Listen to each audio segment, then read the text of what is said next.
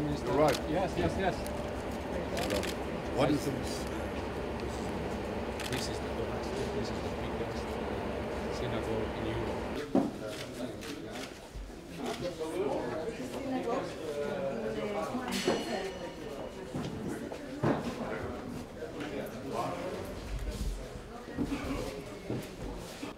into a church. But according to the halakha, the organ itself... What is this?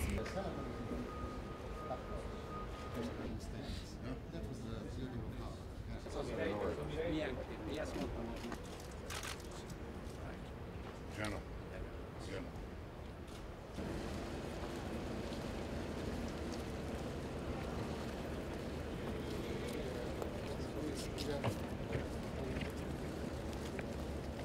This is broken. It's a reverse menorah. It's a reverse and broken.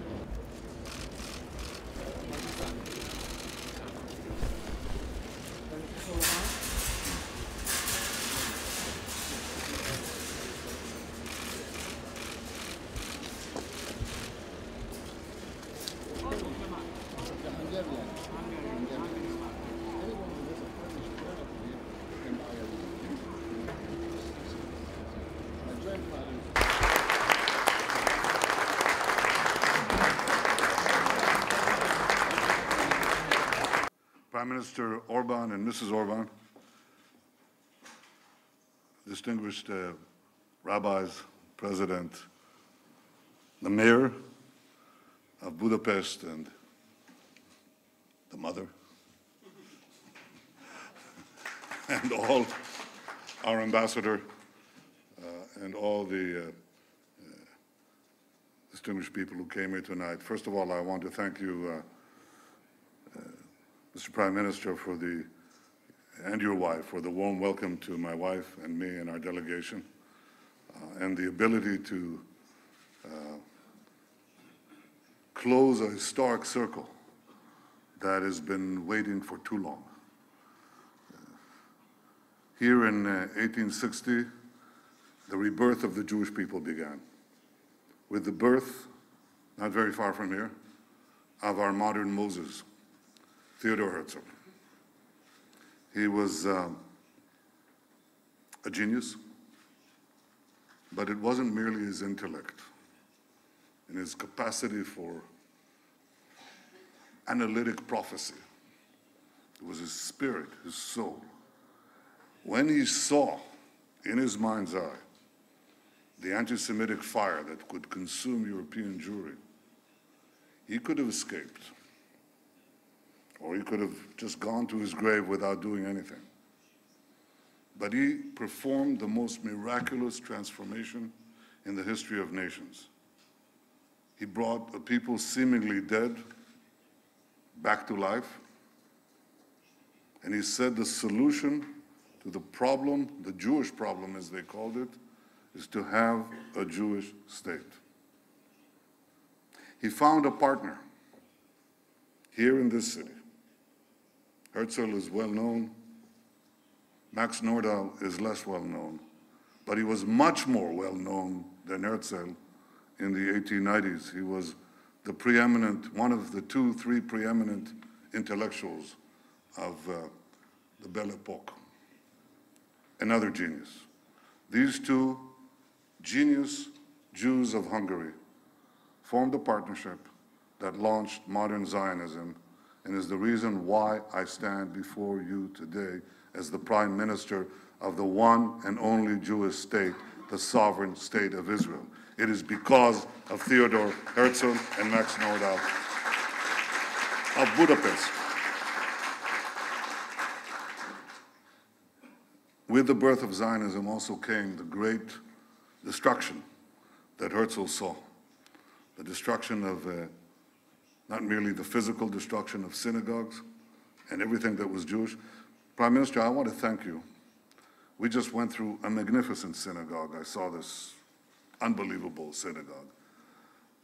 But I know that you restored a synagogue of the Jews of Serbia and another country, Hungarian Jews, and I believe it's going to be opened in October, and we will send a representative to this event. But this also commemorates the great destruction that consumed, exactly as Herzl foresaw, the Jews of Europe. And he said 50 years before the State of Israel was born, it may not come in my lifetime, but 50 years from now, there'll be a Jewish state. And he was right. He envisioned what that Jewish state would be like. He said, not everything, I'll find you one or two things that were not prophesied by him. For example, the language, he thought we'd speak German. He didn't hit the mark on that one. We recovered and rebuilt an ancient language, 3,000 years old. Our son, who was the Bible champion of Israel at the age of 15, could read the Dead Sea Scrolls, the book of Isaiah, when he was 7 years old, exactly as it was found. And so we took this language that we kept and we had to transform it to cybersecurity and to automotive technology and to milk production and to everything. But we did it. As Herzl said, this will be, he said, in the East, in the vanguard of the East, amid the despotisms, there will be this sparkling jewel of science, of technology, of progress. He envisioned all this. And guess what? He said there will be a Jewish state in 50 years. He said that this would be a great fountain of human wisdom, and it happened. Now we're back here. The first time that a sitting Israeli prime minister comes to visit Hungary. Unbelievable. Well, there's only one first time. After that, there'll be a second time and a third time, and many more such visits. And the first time that I've had the privilege of meeting with the Visegrad group, and the next time will be as a group in Israel. We always say next year in Jerusalem. I say next year in Jerusalem, Visegrad in Jerusalem. And this is a significant event because it means that Israel is assuming its rightful place among the nations. It means that the Jewish people are assuming their rightful place among the nations. There is a resistance to that. Yes, there are anti-Semitic movements still abounding. And some of it is traditional anti-Semitism, and some of it is the new amalgamation of anarchist left anti-Semitism that joins hands with radical Islam. Unbelievable. They should be opposite each other, but they unite in the hatred of the Jews. And I came here from Paris, where I met the French president, Emmanuel Macron. By the way, when I left him, I said, do you know what Emmanuel means? And he said, God is with us. I said, well, God be with you. Emmanuel Macron said this. He said that anti-Zionism is a form of anti-Semitism. You cannot say, I don't have any problem with Jews. I just don't think there should be a Jewish state. I'm not anti-American. I have no problem with Americans. I just don't think there should be an America. So obviously, he was hitting here on a real thing. And there is this camouflaged anti-Semitism that is directed at the rebirth of the Jewish people, this great achievement that was begun by Herzl and continued by us. And I think it's very important that countries stand against this delegitimization of Israel, which is the delegitimization of the Jewish people. And I thank you, Prime Minister Orban, for standing up for Israel in these forums against this new form of anti-Jewish agitation. You spoke yesterday very strongly against anti-Semitism in Hungary. You spoke about it in its current forms, and you spoke about it also in its previous forms. The sins, as you said, performed by previous governments. You were very open about it, including in our conversation. I think this is important. I think this is something that the world has heard, and it's very clear to me that this is something that the world should hear continuously. I believe that we have a golden opportunity. I think that the Jewish people are blessed with great ingenuity. Other peoples have it too, but our survival depends on it. And therefore, we've made it a passion. We are helping so many countries in Africa, where I made my second visit in a year and soon the third visit in 1 year. And African countries are coming to Israel, as is our other countries, big countries, some very big countries. We were recently in China, and the president of China said to me, well, we're just about to cross 1.4 billion. And I said, we just crossed 8 million. He said, but you are an innovation superpower. And there's some truth to that. But this innovation is a need for our life, but I think it also reflects our character. When I met African leaders in an exhibit of Israel technology in the UN, they asked me, one of them came to me and said, what is your secret? What is this secret of Israel?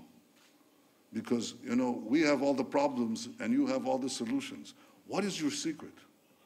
And I said to him, the Jewish people are like a special kind of tree. We have deep roots in our traditions, in our memory, in our history, in our land. But we grow branches up towards the sky. We ask questions, we bring answers, and we keep asking again and answering again. This is a tree with ancient roots and branches for the future. It's a special combination.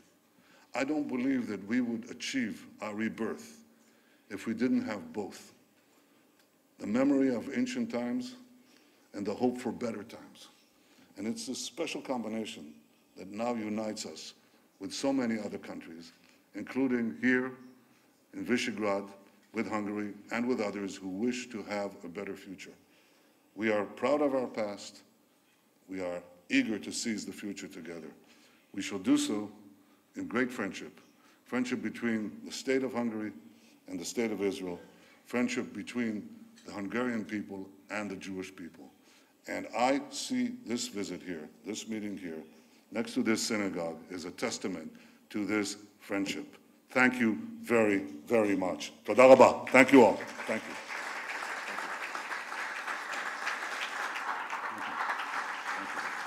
Toda rabba. Shalom Yerushalayim. Thank you. Thank you.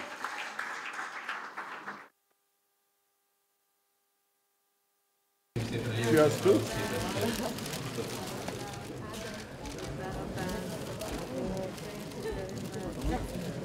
These are yours? No. An artistic place. We are standing now in the place of the building. Exactly here was the building. The building of his house. Yeah, That he was born. He was born here. He was raised here, and he attended the service in the Dohany Street Synagogue. Really? When he was a kid. And he had the bar mitzvah. Here. Here. In the Dohany Street, yes.